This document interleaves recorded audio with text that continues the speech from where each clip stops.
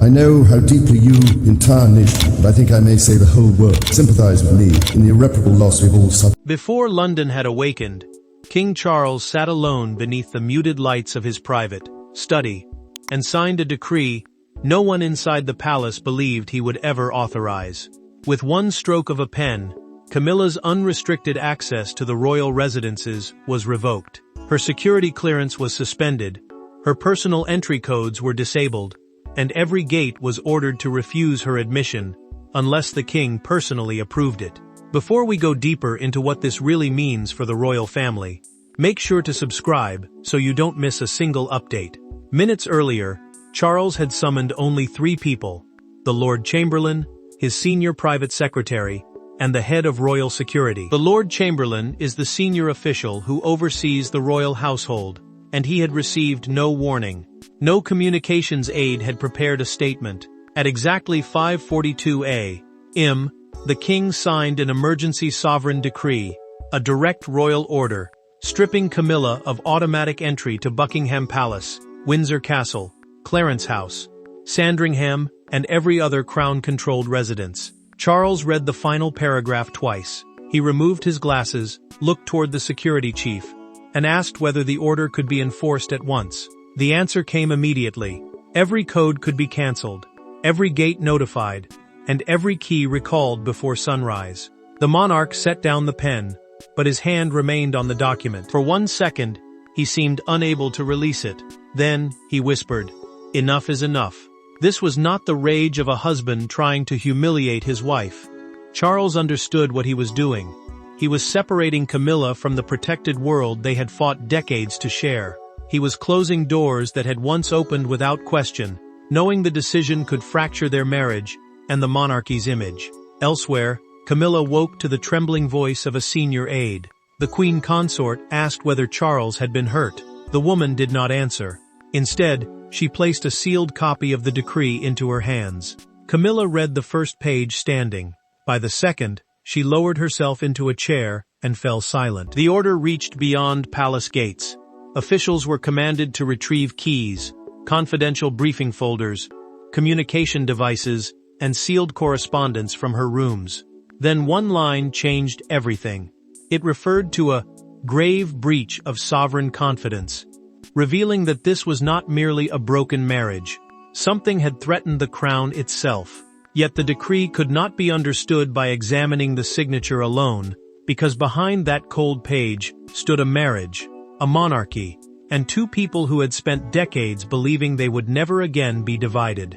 To the outside world, Charles and Camilla had survived everything: scandal, rejection, public hostility, and years of waiting for acceptance. But the punishment issued at dawn exposed a far more private truth. The relationship once defended against the judgment of an entire nation had fractured inside.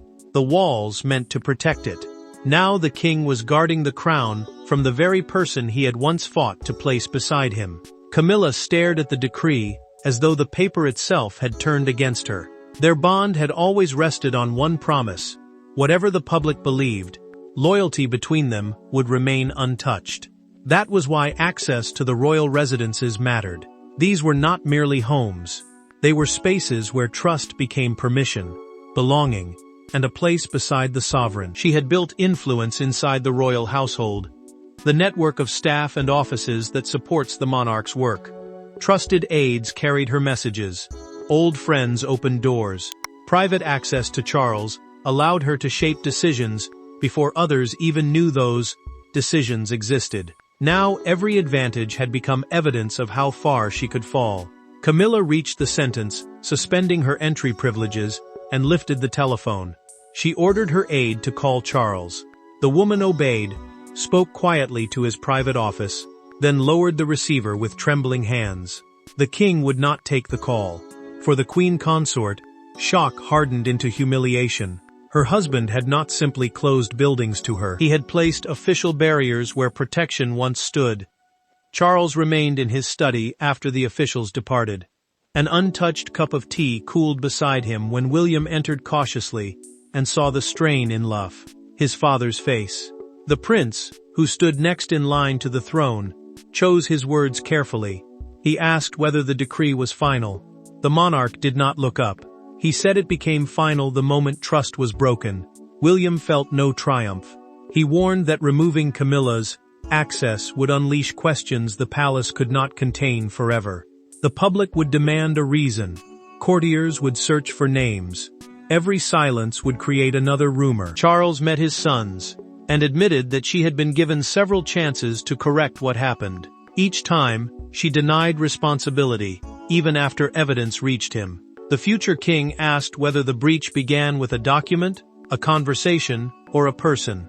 Charles gave no answer. He unlocked a drawer, removed a red file, and placed it between them. Inside that file was the record of a slow collapse, but one particular incident had transformed suspicion into certainty and pushed Charles beyond the point of forgiveness.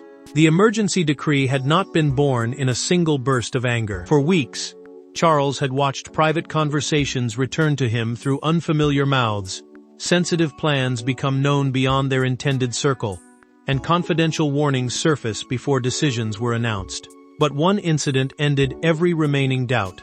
It occurred during a closed gathering at Windsor, when a sentence spoken in absolute secrecy was repeated by someone who should never have heard it. Camilla had spent months strengthening the reach of people she trusted. Her circle touched ceremonial planning, charitable appointments, residence access, and private briefings. A private briefing is a restricted update prepared for senior royals before decisions become public, and possession could shape influence before anyone understood what was coming. Charles noticed that names discussed behind closed doors were preparing their defenses in advance. He responded quietly. The king instructed his secretary to limit sensitive papers and record who received them. That mattered because the royal chain of command depended on controlled information. Once private decisions escaped, personal loyalty could begin overruling the monarch's authority. Yet those precautions failed during a private dinner at Windsor, where husband and wife sat, without aides, and spoke with the ease of people who believed no one else was listening. Charles told Camilla that one of her closest associates would be removed from a confidential, advisory role the following morning. He used one precise phrase. The position had become a channel of private pressure. Hours later, the associate telephoned the monarch's secretary in fury and repeated those words while protesting the decision. The secretary documented the call and carried the account directly to Charles. The betrayal struck hard. Charles confronted Camilla beside a closed drawing room door and asked whether she had disclosed the conversation. She avoided the question, then accused William of poisoning their marriage with suspicion. The king offered her one final chance, warning that honesty could keep the crisis personal, rather than constitutional. A constitutional crisis being a conflict that threatens the Crown's ability to act with authority. Camilla turned away, removed a bracelet he had given her, and left it on a side table. Security officers soon uncovered something worse. A restricted folder had been photographed inside rooms used by her household, including pages marked in Charles's own handwriting. The Windsor call was no careless mistake. It exposed a deeper network using protected information to preserve influence. Camilla requested a private meeting through a written message. Charles agreed, but ordered the red file placed between them. The Dawn Decree would be signed only hours later, but first husband and wife had to face one another without ceremony, advisors, or any place left to hide. There were no cameras, no courtiers, and no prepared remarks when Charles and Camilla entered the private room at Windsor. The red file lay between two chairs, its contents capable of ending more than an argument. She arrived determined to challenge the accusations. He arrived already carrying the emergency decree in draft form. What followed was not a theatrical explosion, but something colder. The sound of two people, realizing that love could no longer protect them from truth. Charles had excluded every aide on purpose. He wanted Camilla to answer as his wife, not as the queen consort surrounded by secretaries, legal advisors, and protective protocol, the formal rules that control how royal matters are handled. She believed the meeting concerned one careless conversation and William's growing suspicion. She did not yet know that the king had linked the Windsor disclosure to copied papers, unauthorized calls, and protected information moving through her household. The monarch opened the red file and slid a photograph across the table. Camilla stared at the image of his annotated briefing page, then pushed her chair backward so sharply that it scraped against the floor. She demanded to know who had entered her rooms. He answered that the question was no longer who entered, but who had been allowed to leave with information belonging to the crown. Camilla's anger rose. She accused William and senior palace officials of building a case against her because they had never accepted the influence she gained after becoming queen consort. The title meant the monarch's wife, but it also gave her standing within the royal household. She said they had waited years for a chance to weaken her. Charles refused to let her hide behind old wounds. He reminded her that he had defended her through public hatred, family resistance, and national scandal. But he could not defend an action that placed personal loyalty above the security of this monarchy. Camilla insisted she had not photographed the folder. The king replied that the decree did not require proof that she held the camera, only proof that protected material had escaped through people she controlled. The silence broke her defense. Camilla finally admitted telling her associate about the planned removal, claiming she had acted out of loyalty. That confession confirmed the very breach she had denied more than once. Charles lifted the draft decree. Unless she named everyone who had received confidential material, her palace access would end at sunrise.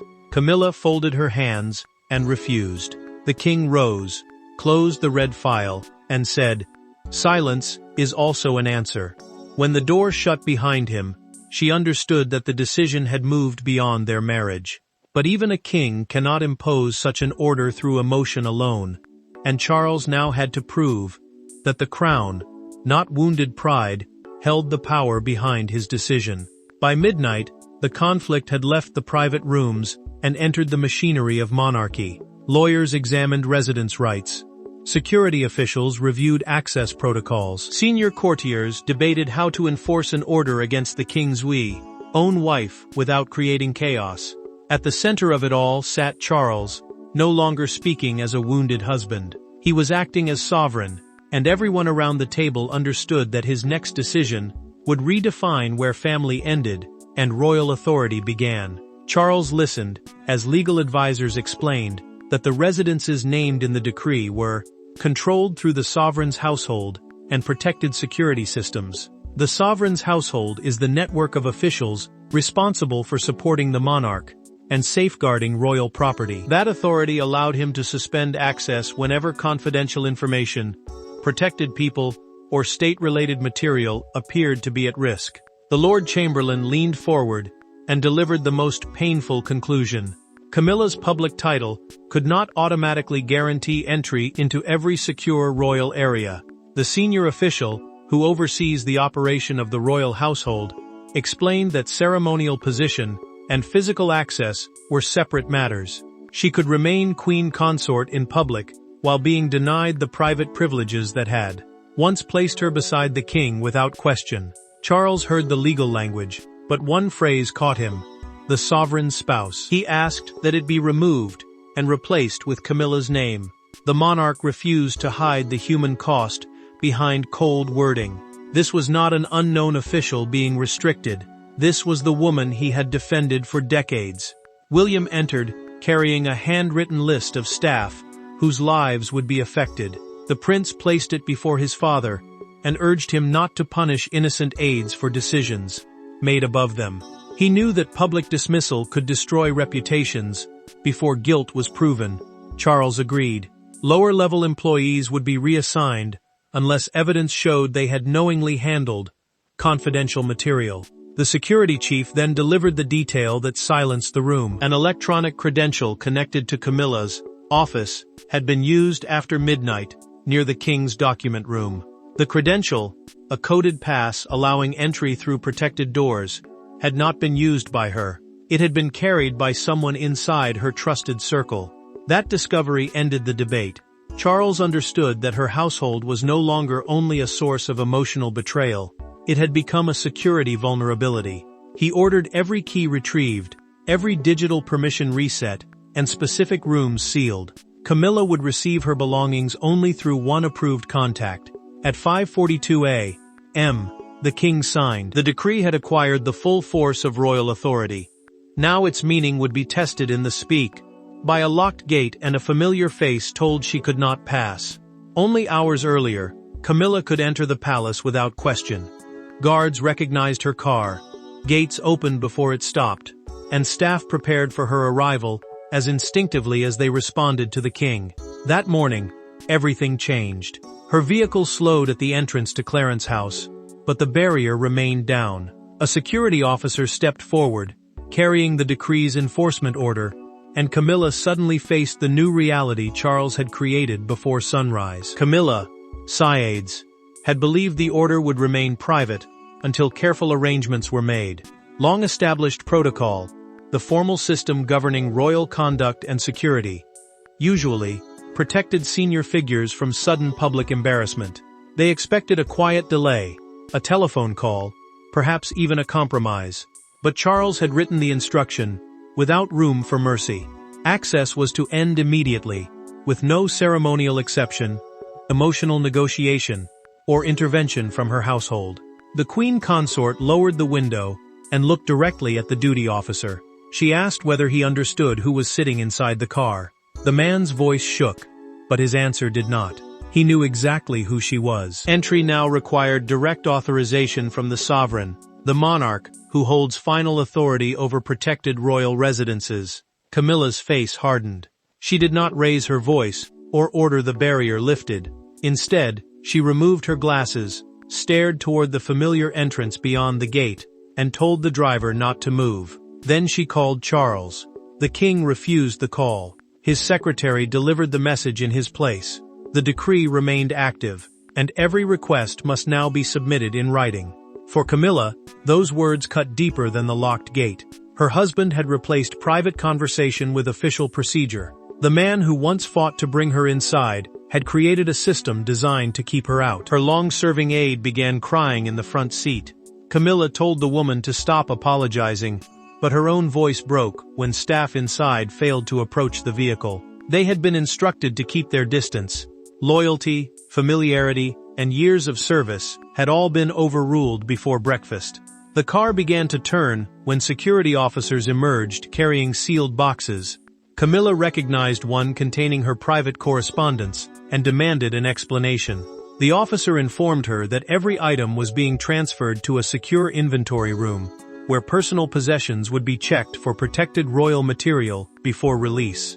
Camilla fell silent. Then she dismissed her advisors, took out a sheet of paper, and wrote Charles a final request. One private meeting, with no lawyers, courtiers, or titles between them. The gates had made the separation visible, but the decisive change would come only when Charles and Camilla met again as two people stripped of every institutional shield. The final private meeting took place away from the ceremonial rooms, without uniforms outside the door or documents arranged between them. Charles arrived first and waited beside an unlit fireplace. Camilla entered alone, carrying neither the decree nor a prepared defense. For the first time since the crisis began, they were not king and queen consort, sovereign and restricted spouse, or rival centers of influence. They were simply Charles and Camilla, confronting what remained after trust had vanished. Camilla had not requested the meeting to overturn the decree. She wanted their final exchange to happen without secretaries passing messages or formal notices reducing decades of intimacy to official language. Charles agreed on one condition: they would speak only about the truth. There would be no discussion of media strategy, public appearances, status, or ceremonial consequences, the official duties and privileges attached to royal position. She sat opposite him and placed the bracelet from their earlier confrontation on the table. Camilla admitted she had kept it because she could not decide whether returning it would be honesty or cruelty. Charles looked at the gift but did not touch it. The king understood that the object carried everything neither of them could say easily: loyalty, memory, resentment, and the painful knowledge that affection had survived where trust had not. Camilla finally confessed that she had shared his private decision to protect an associate. She also admitted allowing people around her to use confidential royal information as a way preserving influence and access. The queen consort said years of public judgment had left her terrified of becoming powerless. Again, she had spent so long fighting to belong that every threat to her position felt like another attempt to erase her. Charles listened without interrupting. Then he told her that fear could explain the betrayal, but it could not repair what the betrayal had destroyed. The monarch needed more than regret. He needed every name. Camilla took out a handwritten list and pushed it across the table.